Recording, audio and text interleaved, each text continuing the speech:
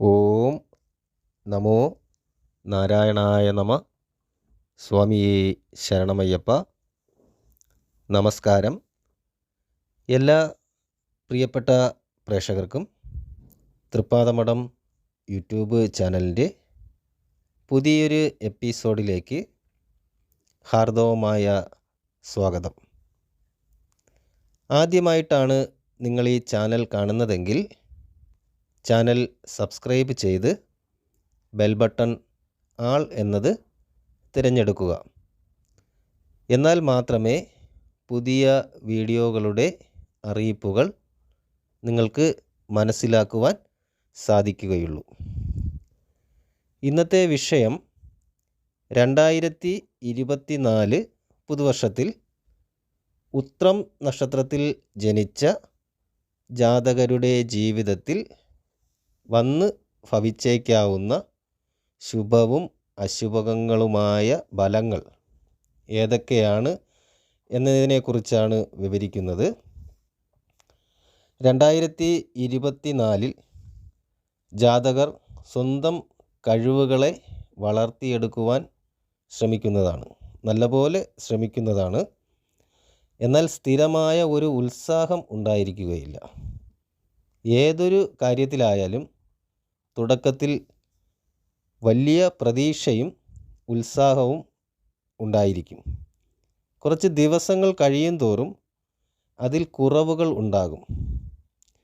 കൂടാതെ നിങ്ങളുടെ ബലഹീനതകളെ മറ്റുള്ളവർ ചൂഷണം ചെയ്യുവാനുള്ള സാധ്യത ഈ കാലഘട്ടത്തിൽ അല്ലെങ്കിൽ ഈ അവസരത്തിൽ കൂടുതലായി വന്നു ചേരുന്നതാണ്. ആയതിനാൽ അങ്ങനെയുള്ള സന്ദർഭങ്ങൾ മനസ്സിലാക്കുവാൻ ശ്രമിക്കുക. ആ ശ്രമങ്ങൾ വിജയങ്ങളിലേക്ക് കൈതെളിക്കും എന്നുള്ളതാണ് കാര്യം. നമ്മളെ ആ ഒരു പാപത്വം അല്ലെങ്കിൽ പാപമായിട്ടുള്ളൊരു സ്വഭാവം അത് മറ്റുള്ളവർ ചൂഷണം ചെയ്യും എന്നുള്ളതാണ് മനസ്സിലാക്കേണ്ടത്. ഈ വർഷത്തിൻ്റെ ആദ്യ ഭാഗത്തിൽ സാമ്പത്തിക ഞെരുക്കം അനുഭവപ്പെടാൻ സാധ്യതയുണ്ട്.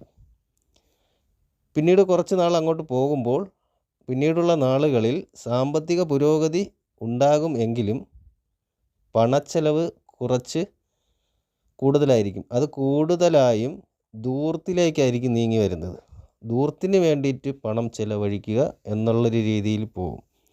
ആയതിനാൽ ഈ 2024 കാലഘട്ടത്തിൽ പണം ചെലവഴിക്കുമ്പോൾ വ്യക്തമായി കാര്യങ്ങൾ നിരീക്ഷിച്ച് മാത്രം ചെലവഴിക്കുക. ആവശ്യമില്ലാത്ത ധനവ്യയങ്ങൾ ഒഴിവാക്കുക. അത് നിങ്ങളുടെ സാമ്പത്തിക ഭദ്രതയ്ക്ക് നല്ലതായിരിക്കും എന്നുള്ളതാണ് പറയാൻ പറ്റുന്നത്. പ്രവൃത്തി മണ്ഡലങ്ങളിലുള്ള വിഷമതകൾ മാറിക്കിട്ടുകയും ആരോഗ്യപരമായ പ്രശ്നങ്ങൾക്ക് കുറച്ച് ശമനം ലഭിക്കുന്നതുമായിരിക്കും ഈ സമയം.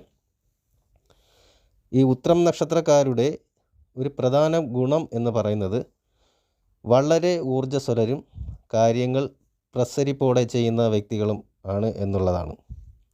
കൂടാതെ മുന്നോട്ടുള്ള ജീവിതത്തെക്കുറിച്ച് വളരെ വ്യക്തമായ കണക്കുകൂട്ടലുകളും അതിനു വേണ്ടിയിട്ടുള്ള ആസൂത്രണങ്ങളും ഒക്കെ ഈ ജാതകരിൽ ഉണ്ടായിരിക്കും.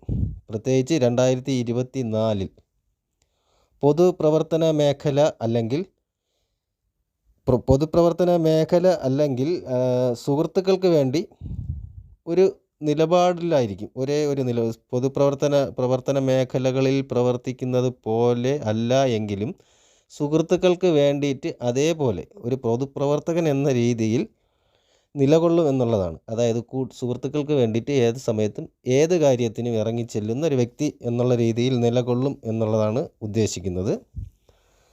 ആഗ്രഹങ്ങൾ സാധിച്ചെടുക്കുവാൻ കൂടുതലായി പരിശ്രമം, നമുക്ക് വേണ്ട കാര്യങ്ങൾ അത് വേണം അല്ലെങ്കിൽ അതിന് വേണ്ടിയിട്ട് ഒരു തൊഴിലിന് വേണ്ടി, ഒരു വാഹനത്തിന് വേണ്ടിയിട്ട്, അതിനൊക്കെ വേണ്ടിയിട്ട് നല്ല രീതിയിലുള്ള പരിശ്രമങ്ങൾ ഉണ്ടായിരിക്കും.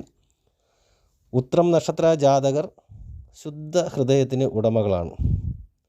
എന്നിരുന്നാലും ഇടയ്ക്ക് ഒരു കോപ സ്വഭാവം ഉത്രം നക്ഷത്രക്കാരിൽ കണ്ടുവരും. ഈ കോപ സ്വഭാവം നിയന്ത്രിക്കുക എന്നത് വളരെ പ്രധാനമായ കാര്യങ്ങളിൽ ഒന്നാണ്. കോപത്തോടെ ഇടപെടുന്ന കാര്യങ്ങളിൽ വിജയം പ്രതീക്ഷിക്കുവാൻ കഴിയില്ല.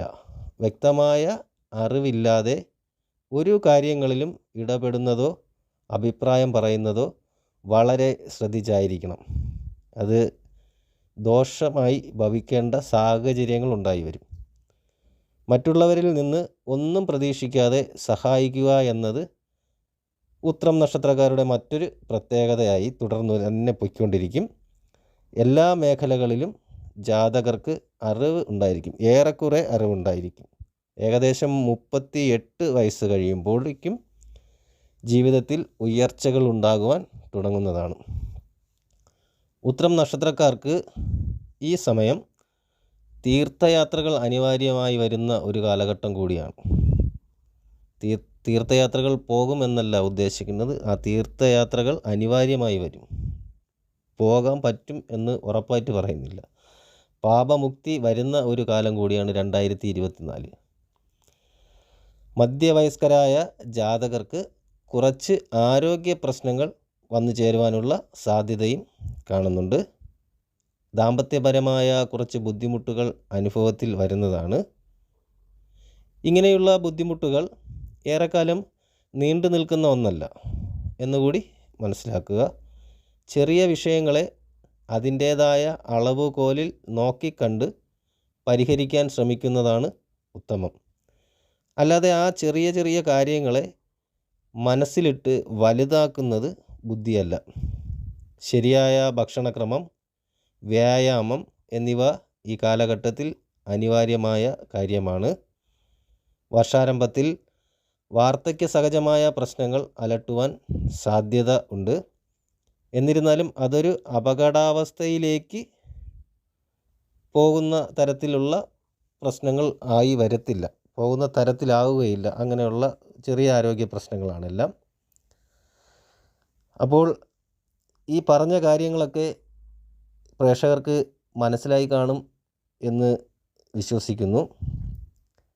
ഈ വീഡിയോ ഉപയോഗപ്രദമാണെന്ന് തോന്നിയാൽ വീഡിയോ മറ്റുള്ളവർക്ക് കൂടി ഷെയർ ചെയ്ത് കൊടുക്കുക. വീഡിയോ ലൈക്ക് ചെയ്യുക. നിങ്ങളുടെ വിലയേറിയ അഭിപ്രായങ്ങളും നിർദ്ദേശങ്ങളും കമൻ്റായി രേഖപ്പെടുത്തുക.